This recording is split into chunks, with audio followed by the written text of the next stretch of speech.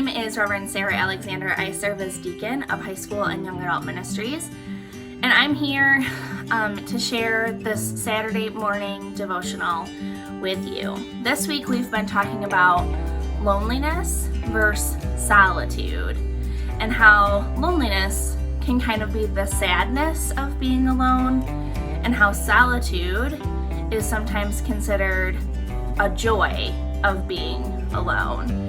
And so I have a scripture passage I'd like to share with you today about when Jesus tries to retreat and find loneliness, some solitude, and to be away from folks. So this is from Matthew 14, and we're going to start at verse 13, and it says this: When Jesus heard what had happened, he withdrew by boat privately to a solitary place.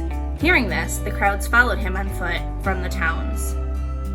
When Jesus landed and saw a large crowd, he had compassion on them and healed the sick.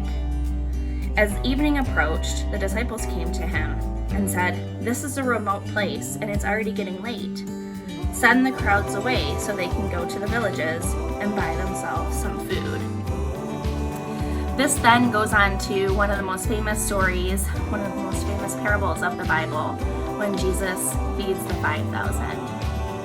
In the beginning of this scripture, the news that Jesus had heard was his cousin, John the Baptist's death. And so what Jesus was trying to do was to get away from the crowds, and ultimately found himself just with more people. Time and time again in scripture, we see Jesus retreating, taking time to pray, taking time to process, away from other people. Jesus often finds himself in quarantine. So just like us, Jesus tries to take time away from people, time away from crowds, time away from work. Maybe for you, time away from school. Right now, we're doing it out of safety. But Jesus encourages us, for whatever reason, whether we're grieving or we just need time away, to take time to renew and to rest. God provides us with the Sabbath so that we can take time away. The Sabbath isn't created for us. We are created for the Sabbath.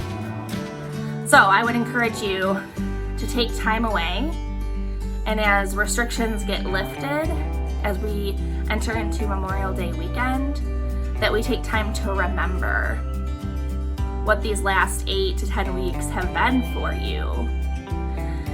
Soon we will be done with the school year, but I would encourage you not to try to quote, get back to how things used to be.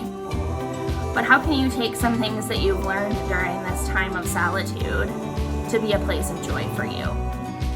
We hope that you have a great week, and we'll see you soon.